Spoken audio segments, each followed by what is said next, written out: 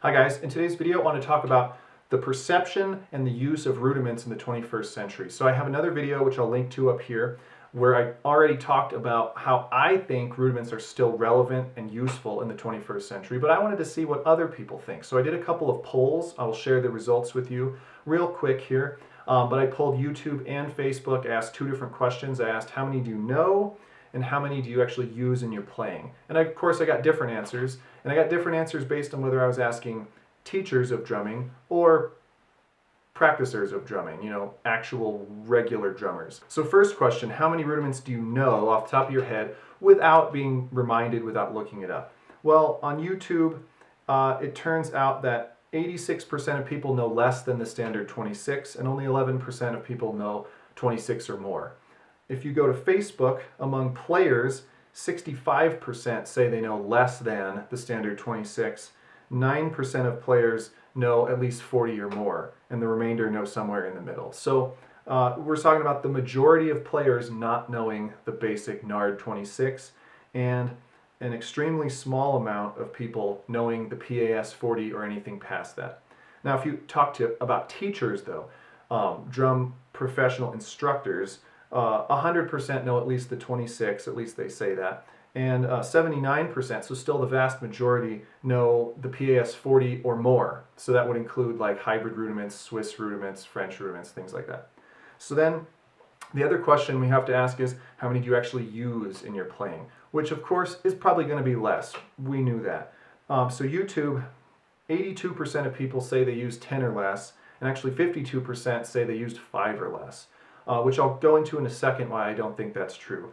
But if you go to Facebook, basically people said they used between 11 and 15. The vast majority of people said they use at least 11 rudiments, but not a whole lot of people said anything more than 20. So of course we know more than we're going to use day to day in drum kit playing, which is I think the assumption people are making. How many do you use on drum kit? And there's a disconnect there. And there's also a disconnect between people who teach the instrument and people who just use it regularly. But we're going to talk about why I don't think the YouTube drummers who say they use only 3 to 5 are right. So regardless of what you think about the polling, there might be error involved in here. I'm not a statistical genius. But if the vast majority of people say they know less than 26 and they're only using 3 to 5, that's not a good thing for rudimental playing, right? However, I just don't think it's possible to only use 3 to 5 rudiments in drum set playing, even if you don't know any rudiments. Here's why. To play the drums, you have to hit the drums with sticks, and rudiments are as simple as hitting the drum with a stick one time per hand. That's a single stroke roll, right? That's the first rudiment on most rudiment sheets. And so when people say, oh, I don't play rudiments, I don't know any, I don't use them, well, that's impossible. You have to use at least one. Every time you strike the drum once with one hand, that's a single stroke. If you strike it twice in a row, that's a double stroke, right? So there's 2 rudiments right there. And I think we could all agree, even if you're just playing basic rock or blues, like groove-oriented music, and you're not doing anything chopsy, you're still going to come across songs with flams in them. That's a 3rd rudiment. You could potentially do buzz rolls or triple strokes, some type of multiple bounce. There's a 4th rudiment. And you really can't get away from doing at least 3 out of those 4. And so you might be thinking, well, there you go. There's your 3 to 5 is people doing those basic ones. But if you think about it, it's really hard to play a flam in a vacuum, right? If you're going to play a flam into another fill, well, then you've just done a flam tap or a flam accent, and then maybe some more singles after that. But you've basically played, well, there's a 5th or a 6th rudiment. And depending if you're playing triplets and you're adding flams in, you're probably either playing flam accents or Swiss Army triplets. Well, there's a 6th rudiment. Okay, and then if you take that logic further, if you're playing double strokes and you do a double and a single, well, there's a drag. There's a 7th rudiment. If you do some singles and you end with a double, you've done either a single, double, triple, or some other amount of paradiddle, right? So there's at least, even if you just think about the single paradiddle, there's like a 7th or an 8th rudiment. I've lost track already, right? If you play a drag and then you continue to play notes, you've probably either played a drag tap or a lesson 25, right? So that's 9, 10 rudiments right there.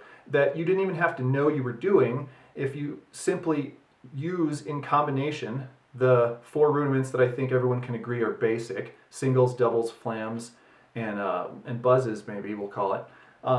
You're basically able to extrapolate 10 rudiments. You could go a little farther and say maybe 5-stroke rolls or flam paradiddles or something that will just happen naturally. You don't even know you're doing it. You're just playing simple fills and grooves, and you're going to come up with, I'd say, 8 to 10 to 12 to 15 rudiments automatically.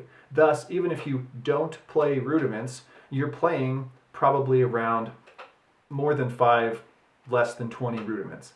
So, would it be beneficial then for you to actually know those rudiments, to practice them, to get better at them? I think the answer is yes, because it's going to improve your fluidity even on that basic set of skills, to practice them and then be able to utilize them more effectively. So even if you're not into rudimental playing, I think the super bottom line here is that you're going to use somewhere between 8 and 20 rudiments. Something around 15 is probably average, even if you don't think you're doing it. So it actually might just make your playing a little bit easier, a little bit more fluid, to practice at least something like 8 to 15 and not the 3 to 5 that a lot of people think they're using, because you're already doing it and you could always be better at it. All right, that's it for today. Rant over. Thanks for watching, and I'll see you guys next time.